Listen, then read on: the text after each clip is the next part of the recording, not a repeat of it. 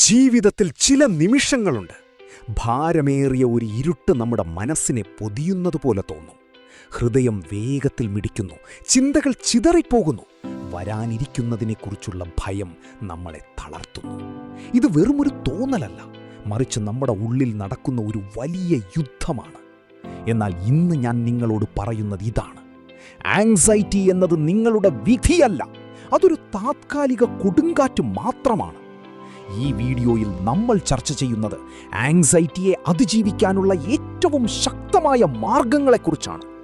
ഈ അറിവ് വെറും വിവരങ്ങളല്ല, ഇത് നിങ്ങളുടെ ജീവിതത്തെ മാറ്റിമറിക്കാൻ പോകുന്ന ഒരു വഴികാട്ടിയാണ്.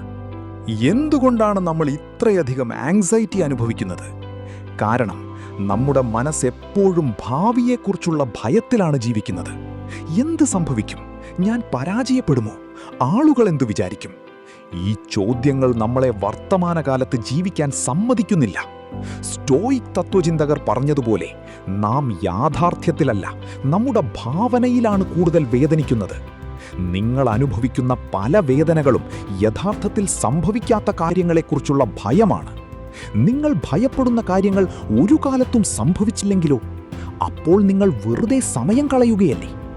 ഈ സത്യം തിരിച്ചറിയുന്ന നിമിഷം ആങ്സൈറ്റി പകുതി കുറയുന്നു.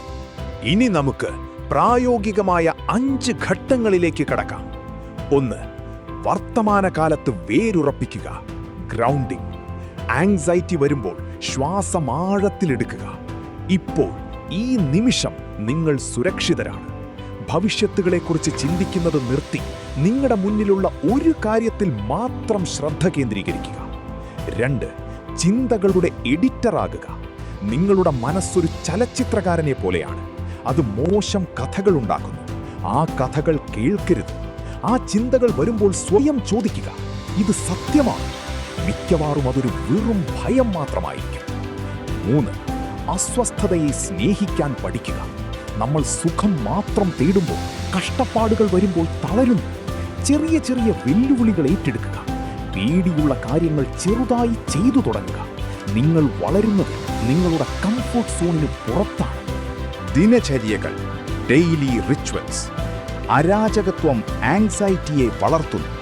ദിവസവും രാവിലെ എഴുന്നേറ്റ് ധ്യാനിക്കുക, എഴുതുക, വ്യായാമം ചെയ്യുക. ഈ ചിട്ടകൾ നിങ്ങളുടെ മനസ്സിന് ഒരു സ്ഥിരത നൽകും. 5. നിയന്ത്രണം ഉപേക്ഷിക്കുക, സറണ്ടർ. മറ്റുള്ളവർ എന്ത് വിചാരിക്കുമെന്നതോ ഭാവിയിൽ എന്ത് സംഭവിക്കുമെന്നതോ നിങ്ങളുടെ നിയന്ത്രണത്തിലല്ല. നിങ്ങളുടെ നിയന്ത്രണത്തിലുള്ളത് നിങ്ങളുടെ കഠിനാധ്വാനവും നിലപാടുമാണ്. അതുമാത്രം ചെയ്യുക. ബാക്കി ദൈവത്തിലോ പ്രകൃതിയിലോ വിട്ടേക്കുക. ഈ 5 കാര്യങ്ങൾ ഒറ്റ ദിവസം കൊണ്ട് മാജിക് പോലെ പ്രവർത്തിക്കില്ല. ഇതിന് പരിശീലനം വേണം. ഓരോ ദിവസവും നിങ്ങൾ കൂടുതൽ കരുത്തരാകും. ആങ്സൈറ്റി എന്ന തടവറയിൽ നിന്ന് പുറത്തുവരാൻ നിങ്ങൾക്ക് കഴിയും. നിങ്ങളോട് തന്നെ ദയ കാണിക്കുക. പരാജയങ്ങൾ ഉണ്ടാകാം, പക്ഷെ അതിൽ തളരരുത്.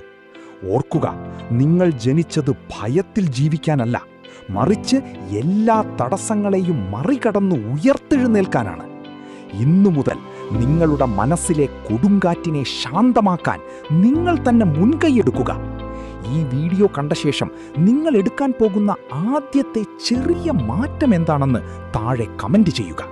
അത് നിങ്ങളുടെ വിജയത്തിലേക്കുള്ള ആദ്യ പടിയാകട്ടെ.